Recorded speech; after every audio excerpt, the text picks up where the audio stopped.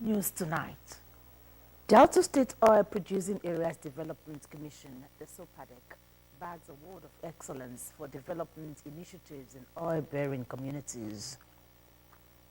Joint Admissions and Matriculation Board advises citizens to verify claims of excellent performance by candidates in matriculation examination before awarding scholarships. Federal government approves downward review of electricity tariff for Band A customers. Abroad, former U.S. President returned to New York courtroom for criminal harsh money trial.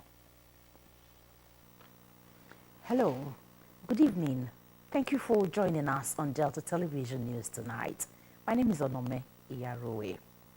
The State Commissioner for Information, Dr. Ifeanyi Oswoza, has called on Deltans to support Governor Sheriff Oborevwori by embracing peace and harmonious coexistence.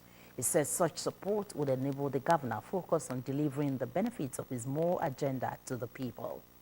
Dr. Oswoza, in a statement, stressed that peace and security create the right atmosphere for social and economic life, enhanced job creation efforts and strategies for youth, improved living conditions for the people, ensured social stability and security of lives and property, and most importantly, encouraged the administration to embark on massive and life-impacting social and infrastructural development. He said that was why the governor, upon his assumption of office, made it clear that peace was priceless, and his administration would ensure that sustainable peace reigned across the 3 senatorial zones in the state. The Information Commissioner solicited the people's continued support for the Oborevwori administration as it drove to deliver more gains for Deltans. The Delta State Oil Producing Areas Development Commission, the SOPADEC, and its chairman, Olusegun John Nani, have been bestowed with prestigious awards of excellence. The award ceremony, held at the Expo Convention Center in the Eko Hotel and Suites, Victoria Island, Lagos, was organized by the Daily Independent newspaper in recognition of outstanding contributions by individuals and corporate bodies. The SOPADEC received the award of State Public Agency of the Year, while Olusegun John Nani was honored with the Public Servant of the Year award. The newspaper commended the efforts and significant impact of the SOPADEC in driving development initiatives within the oil-producing communities of Delta State, saying the Commission had demonstrated an unwavering commitment to advancing socioeconomic growth, fostering community empowerment, and enhancing the overall well-being of the people of oil-bearing communities. In bestowing the award of Public Servant of the Year on the SOPADEC chairman, the print medium cited his exemplary leadership, visionary stewardship, and dedication to public service, which it said had been instrumental in driving the SOPADEC's mission and objectives forward, adding that Olusegun Nani's leadership style, characterized by integrity, innovation, and inclusivity, had garnered respect and admiration from stakeholders and beneficiaries alike. Receiving the award on behalf of the SOPADEC board, the Executive Director of Social Services in the Commission, Chief Favor Izokumo, reaffirmed the board's commitment to aligning with the more agenda of the Delta State government aimed at bringing the much-needed developments to the people of oil-bearing communities. He thanked the Daily Independent newspaper for the recognition, underscoring its significance as a catalyst for redoubling efforts to serve the people.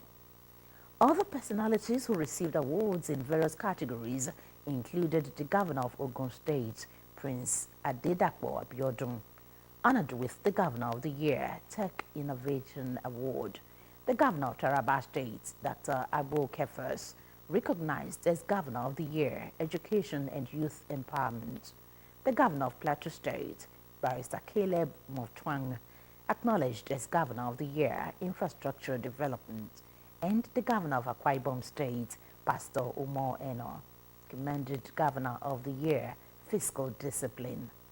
Others were the Governor of Gombe State, Muhammadu Yahaya, lauded Governor of the Year Health, And the governor of Ekiti State, Mr. Abiodun Oyebanji, celebrated as Governor of the Year Community Development.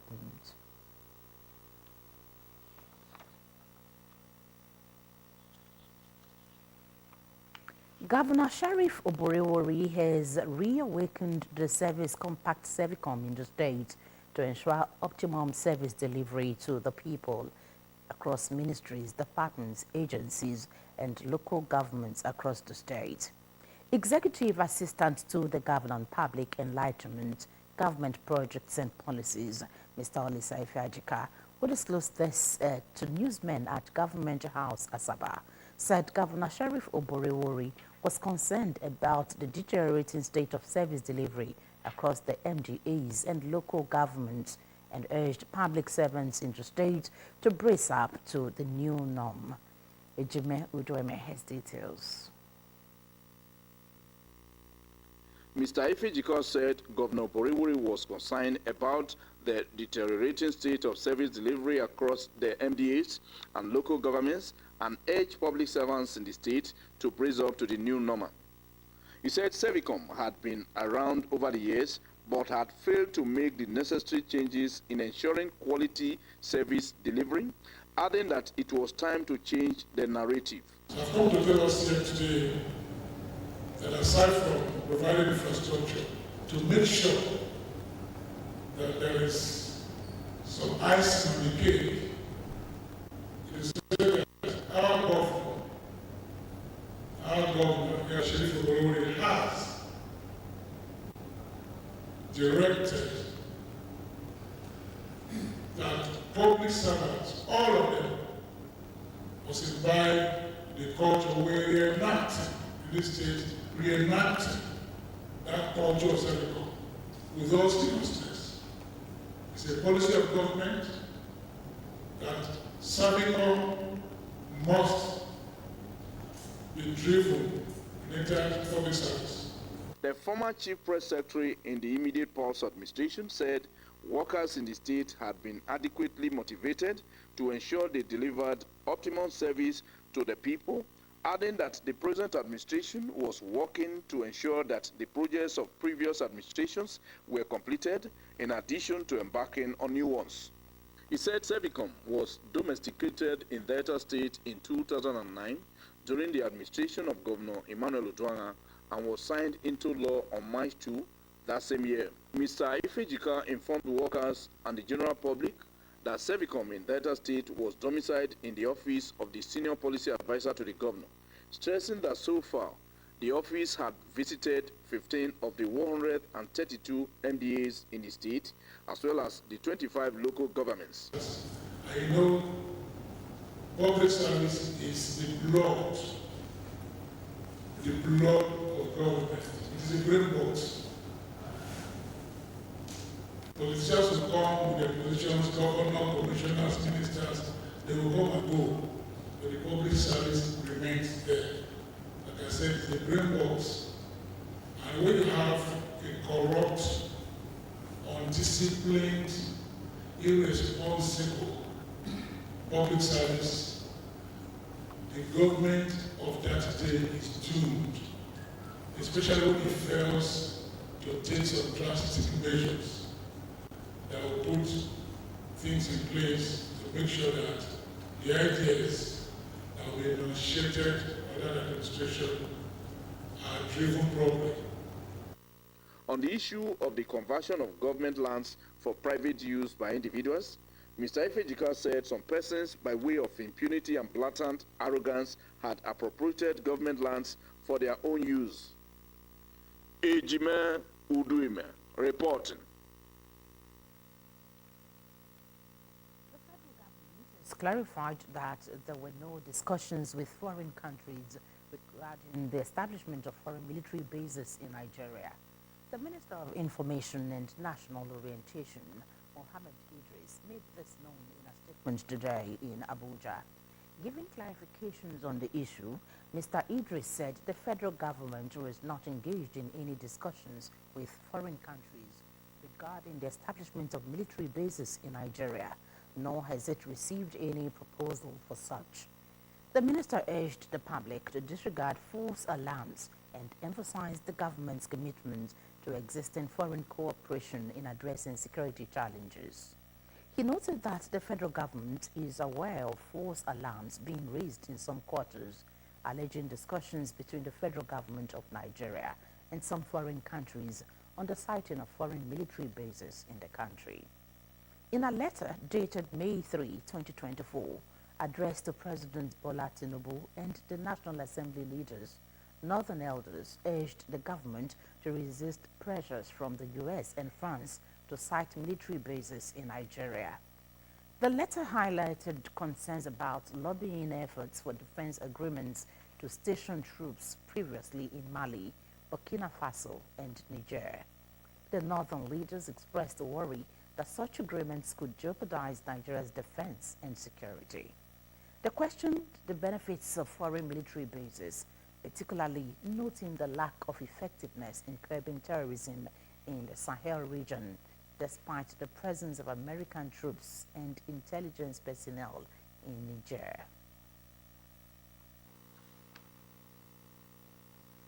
The Nigerian Communications Commission, NCC, has invited operators for dialogue over demand for end-user tariff hike for calls, data, and other services. According to reports, the regulator and operators would weigh the options so that it will be a win-win for all the stakeholders. Meanwhile, telecom operators have started moves to engage with subscribers to get their buy-in into the new campaign to increase tariff. The move came after the operators met with the Minister of Communications, Innovation and Digital Economy, Dr. Bosun Tijani, in Abuja. Reports said the minister asked the operators to first engage with their customers and get their understanding of the issues involved. The National Examinations Council, NECO, has digitalized the recruitment process for examination supervisors and assistant supervisors for the Basic Education Certificate Examination, BECE, and the Senior School Certificate Examination, SSCE, internal and external. In a statement yesterday, the Acting Director of Information and Digital Communication, Mr. Aziz Sani, said the digitalization process, which involves migration from a manual system to an online system, would ensure that the supervisor's nomination form, appointment letters, and their e-photo albums are generated online. He noted that interested qualified teachers with NCE degree certificate, master's degrees, PhD, and professors are eligible to apply as supervisors and assistant supervisors for BECE or SSCE, internal or external. According to NECO, the digitalization would check sharp practices in the recruitment process and enhance efficiency and effective service delivery. He adds that before the digitalization, recruitment of supervisors and assistant supervisors was done manually by the council.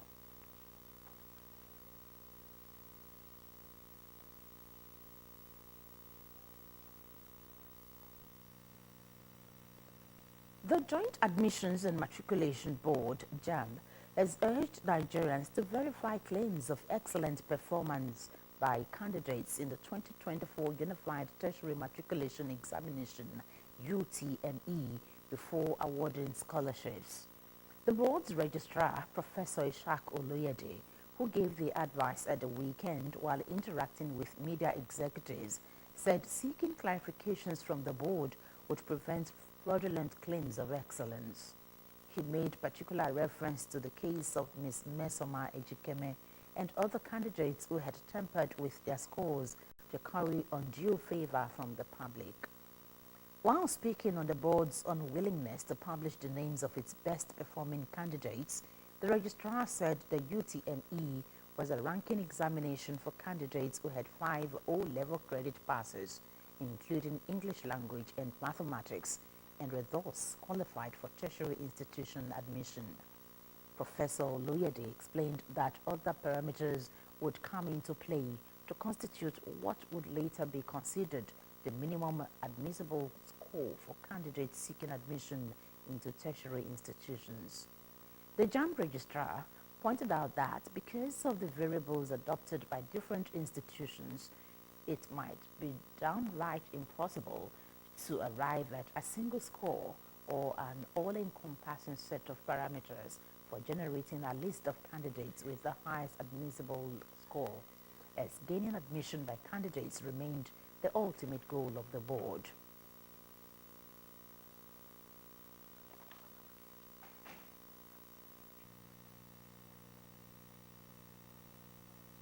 The Edo State House of Assembly today suspended 3 lawmakers, all members of the People's Democratic Party (PDP), over an alleged plot to impeach the Speaker and other principal officers.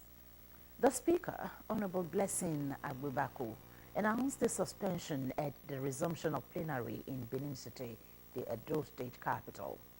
Honorable Agbebaku alleged that Donald Okogbe, PDP, Akoko Edo 2, Bright Iyamo, PDP, Orionwa South, and Ade Isibo, PDP, Esan Northeast 1, were being used by some external forces to cause chaos in the House and to plot the removal of the leadership of the House. Reports said the pronouncement led to a rowdy session at the House as the lawmakers tried to challenge their suspension.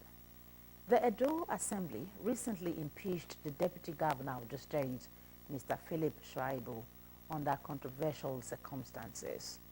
Governor Godwin Obaseki of Edo State had moved against the former Deputy Governor for wanting to succeed him as governor. The governor and his former deputy, before the secession politics tore their relationship apart, were strong political anti-governorship election in Edo State. It is, however, unclear if the suspension of the 3 lawmakers is related to Mr. Shuaibu's removal. Meanwhile, former Deputy Governor of Edo State, Comrade Philip Shuaibu, has opened up about his impeachment, the state's politics, godfatherism, and the contentious issue of the campaign vehicles in his possession. In an interview with newsmen, Comrade Shuaibu, who had previously accused Governor Godwin Obaseki of orchestrating his impeachment, revealed that he has forgiven the governor and is ready to reconcile with him. Addressing the issue of campaign vehicles in his possession, Comrade Shuaibu clarified that the vehicles in his possession were not new, but refurbished ones that belonged to previous deputy governors. He emphasized his commitment to transparency and accountability during his tenure. He emphasized his commitment to activism and the need for political leaders to prioritize the welfare of the people. On the issue of his impeachment, the former deputy governor criticized the process, stating that the oath of office had been breached by Governor Obaseki multiple times. He also highlighted the need for constitutional amendments to protect deputy governors from arbitrary impeachment. Adamawa state government has closed down public and private schools following the outbreak of measles in the state. The closure notice was contained in a statement signed by Permanent Secretary, Ministry of Education and Human Capital Development, Mrs. Aisha Umaru, today in Yola. Mrs. Umaru said the closure is to mitigate the spread of measles and to enable the State Primary Healthcare Development Agency to vaccinate the age group that is vulnerable to the disease. The ministry has announced 13th May as the new resumption date following the closure order as schools in the state reopened on Monday 6th May for the second term break. The Nigerian Meteorological Agency, NIMET, has predicted sunshine and haziness from Monday to Wednesday this week across the country. NIMET's weather outlook released in Abuja forecast sunny and hazy conditions today over parts of Yobe, Jigawa, Kano, and Katsina states throughout the forecast period, with chances of morning thunderstorms over parts of Taraba State. The agency envisaged cloudy skies with intervals of sunshine over the inland states of the south and the coast. It's anticipated chances of localized thunderstorms over parts of Ogun, Oyo, Edo, Delta, Bayelsa, Cross River, and Akwa Ibom states during the morning hours. NIMET predicted localized thunderstorms over parts of Imo, Abia, Ondo, Osun, Ekiti, Oyo, Rivers, Edo, Cross River, Akwa Ibom, Lagos, Bayelsa, Rivers, and Delta states later in the day. According to him, sunny skies with few patches of clouds are anticipated over the northern region during the morning hours tomorrow.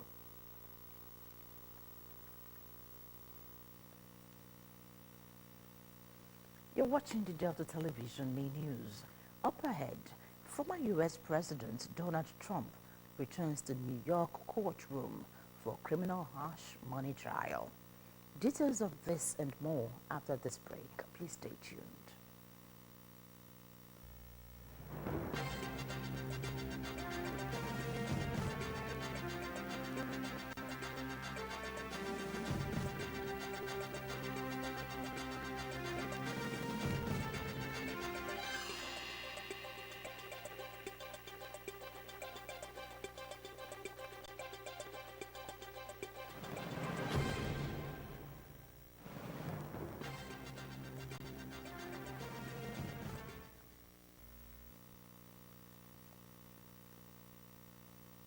Welcome back to Delta Television Main News.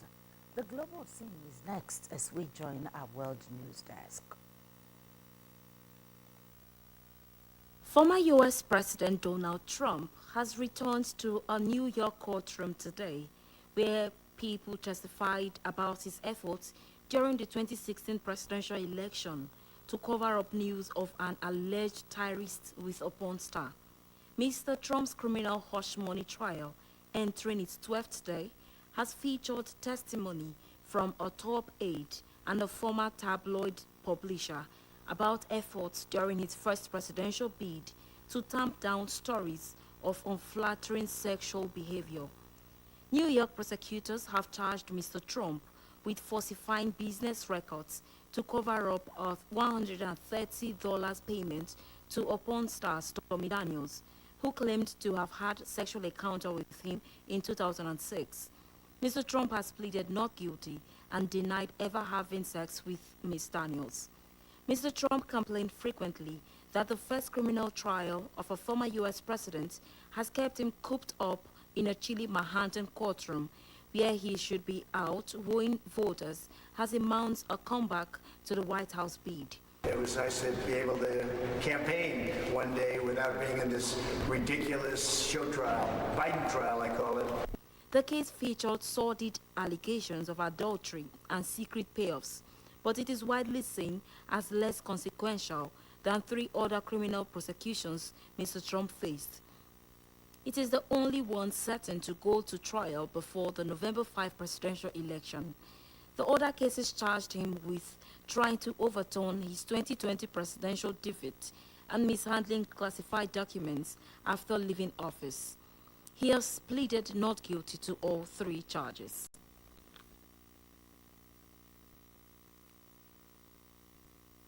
French President Emmanuel Macron and European Union Commission Chief Ursula von der Leyen urged China to ensure more balanced trade at the start of President Xi Jinping's visit to Paris, during which Mr. Macron was also set to press him on Ukraine.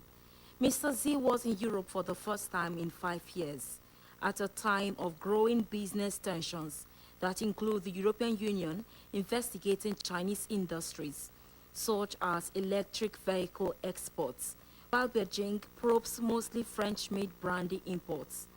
Mr. Macron said Europe and China needed to resolve structural difficulties, in particular on trade. Ms. von der Leyen was more blunt, saying the relationship was hurt by unequal market access and Chinese state subsidies. Voting has begun in Chad's presidential election, a major step leading to the end of the country's 3-year transition.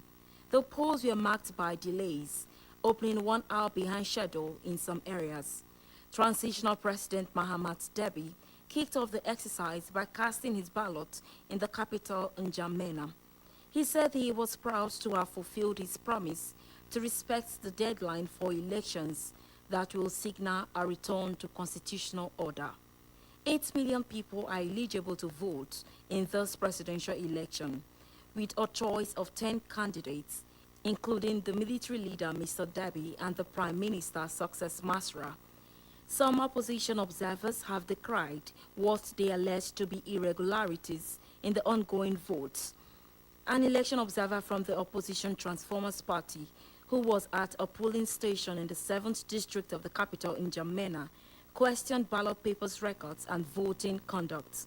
The preliminary results are expected by May 21, but a second round could be held in June if there is no clear winner in the first round of the polls.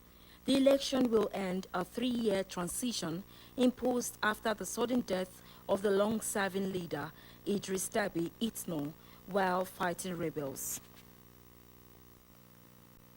Back home, it was a time for reminiscences and good wishes as the film unit of Delta Broadcasting Service, DBS Asaba, sent off one of its own and former head of the unit, Mr. Stanley Unoka, following his retirement from active service. Violet Moye has details. In her remarks at the occasion, the general manager of the DBS Asaba, Mrs. Christy Emetilu, represented by the head of programs department, Ms. Maureen Elioku, reminded the staff of the need to demonstrate hard work and commitment to duty in their service to the public and to the state government. She commended the retired head of film unit, Mr. Stanley Unoka, for his dedication to duty, mentorship of the younger ones, and zeal in adhering to the ethics of the job, calling on those still in service to emulate his sterling qualities. Those of us who are getting ready to retire, it's important for us to think, what will you be remembered for when you go? Thank you very much for coming. Because of the way you handled the people under you, your unit as the head of film unit before you retired, they have said, come today, sir. Let us say thank you. The head of film unit, Mr. Victor Iwenofo, lauded his predecessor for his guidance and leadership of staff in the unit over the years, saying he would do his best to step into the shoes left for him to wear, while calling for the support of staff in the unit in delivering the best. Sometimes individually, one day you will be like what I am today, you begin to see the difference. And I begin to see the difference. And that's why I say you live a very big shoe, very good community. My prayer is that that big shoe way, that can fit you and go carry the young. And I pray today that it is well with you. Amen. And it is well with your family. Amen. And it is well wherever you go. Amen. You retire, but you are not tired. Yeah. Mr. Stanley Unoka, in his response, thanked the film unit and other staff present for the honor done him, as well as the good wishes. He charged the staff to cherish their jobs, emphasizing the importance of giving selflessly rather than focusing on receiving only. Sometimes I do so much and I forget myself. But when I retire home, I find that my need has been met. Probably without my input. And then I also remember what Jesus Christ says. It is better to give than to receive. Others in their remarks lauded Mr. Unoka for his steadfastness in carrying out his duties, describing him as a remarkable teacher and wishing him well in his future endeavors. God in your life, especially you be very, very submissive to your boss. And I can also say that you're also submissive to your subordinate, that you're supposed to feel you are a boss, but you never did that within the period. You tell them the right thing, you give them the right advice and everything they need to do.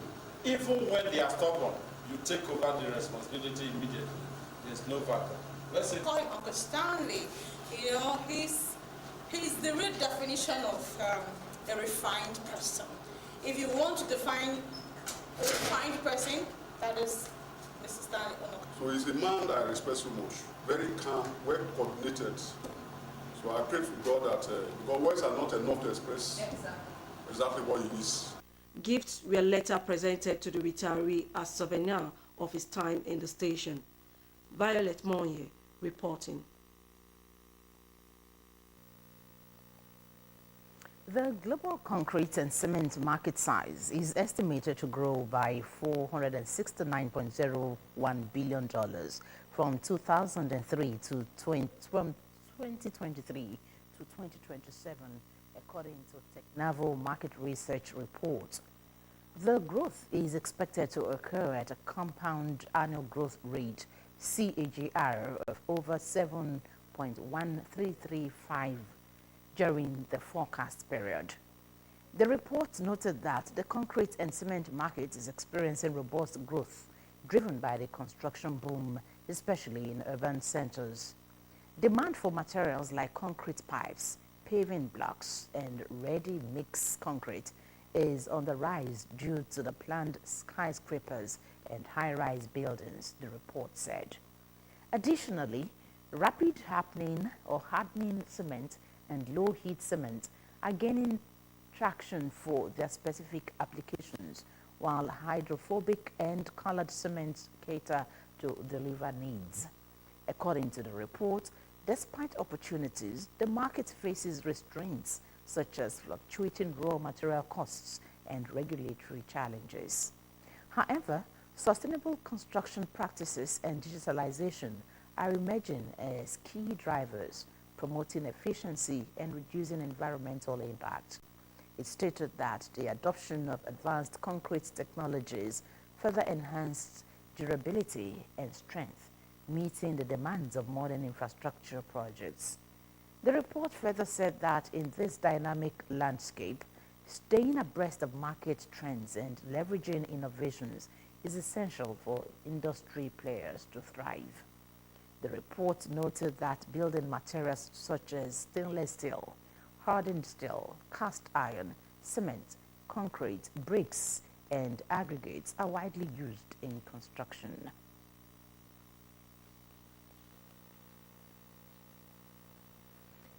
Over now to our business news desk for more stories in the business sector. Electricity Distribution Company has slashed the tariff payable by East Band A customers to 206.8 naira per kilowatt hour from the 225 naira per kilowatt hour approved by the Nigerian Electricity Regulatory Commission (NEC). This is contained in a circular released by the IKEDC today in Lagos. According to the statement, IE guaranteed to provide 20 to 24 hours of electricity to users under this band, adding that the tariff for customers under other categories will remain the same. It will be recalled that on April 3, the NEC revised the electricity tariff for Band A customers from 68 naira per kilowatt hour to 255 naira per kilowatt hours, saying other customers were not affected by the tariff hike. Since the release of the supplementary multi-year tariff order, customers categorized as Band A have been groaning that the rise in electricity tariff weighed heavily on their finances, calling on the federal government to revise the policy. However, while appearing before the Senate Committee on Power at an investigative hearing over the tariff hike last week Monday, the Minister of Power, Adebayo Adelabu, warned that there would be a total blackout in the country in the next 3 months if the electricity tariff hike was not implemented. With the heightened economic hardship, subscribers to the micro-pension scheme have begun to draw down on their contributions through contingency withdrawals. The sharp rise in contingency withdrawals is coming at the backdrop of underperformance being recorded in the low-income pension category, with the target enrollment completely off plans. Findings from pension data shows that the contingent withdrawals by micro-pension contributors in 2023 skyrocketed by 245.2% to 21.4 million naira from 6.2 million naira recorded in 2022. Also, the number of contributors that made contingent withdrawals increased by 68.4% to 64 in 2023 from 38 recorded in 2022. Contingent withdrawals is that portion of the retirement savings account RSA balance made available for withdrawals to ease financial pressure or needs of the micro-pension contributors before his or her retirement. The scheme, one of the most strategic financial inclusion measures of the federal government packaged and implemented by the National Pension Commission, PENCOM, had envisaged to enroll about 9 million registrants by 2023. However, only 114,382 contributors were registered as at end of 2023. The Micro Pension Plan, MPP, was created by the National Pension Commission to encourage low-income groups, mainly self-employed and informal sector workers, to have a pension savings to their old age. And now to sports. The Minister of Sports Development, Senator John Onwa-Eno, has congratulated Team Nigeria athletes for their impressive performance at the World Relays Championship in the Bahamas as they secured qualification for the 4x400 mixed relays and 4x400 men's relay event at the 2024 Olympics Games in Paris. Speaking on the remarkable achievement, Senator Eno was full of praise for Nigerian ambassadors that had secured 2 qualification tickets for the Olympic Games already. The Nigerian men's 4x400 meters quartet of Dubem Nwachukwu, Dubem Anene, Sikiru Adeyemi, and Chidi Okezie showcased their powers on the track, clocking a remarkable time of 3 minutes 01.70 seconds to secure qualification to the Paris Summer Olympic Games. The achievement marks the fastest time by any Nigerian male 4x400 meters team since the bronze winning team of James Gorde, Musa Audu, Saul Wewopa, and Enefiok Udo Ubong at the Athens 2004 Olympics. In the mixed 4x400 relay event, Team Nigeria's quartet of Samuel Ogazi, Ella Onojuwewo, Chidi Okezie, and Esther Elo Joseph delivered an impressive performance, finishing second in the heat with a time of 3 minutes 13.79 seconds. This outstanding performance secured their spot at the Olympics for the 2nd consecutive time. We must say congratulations to Team Nigeria athletes. That's the size of our bulletin for tonight. Just before we go, here is the thought. Opportunity is missed by most people because it is dressed in overalls and looks like work.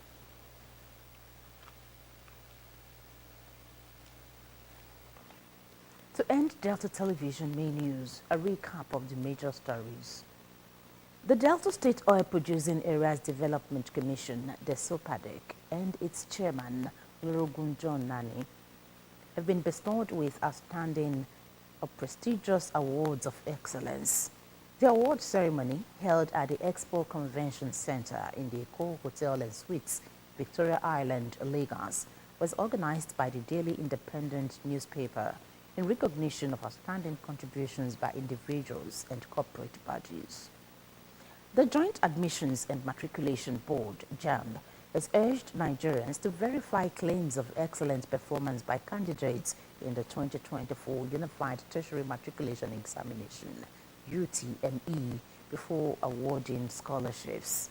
The board's registrar, Professor Ishak Oluyede, who gave the advice at the weekend while interacting with media executives, said seeking clarifications from the board would prevent fraudulent claims of excellence. The federal government has approved a downward review of electricity tariff for Band A customers. And from the foreign scene, we reported that former U.S. President Donald Trump has returned to a New York courtroom today, where he will be forced to sit silently while others testify about his efforts during the 2016 presidential election to cover up news of an alleged tryst with a porn star. So much for Delta Television News tonight. On behalf of the news editor and the production team, this is Onome Iyaroe thanking you for watching. Do have a beautiful night rest.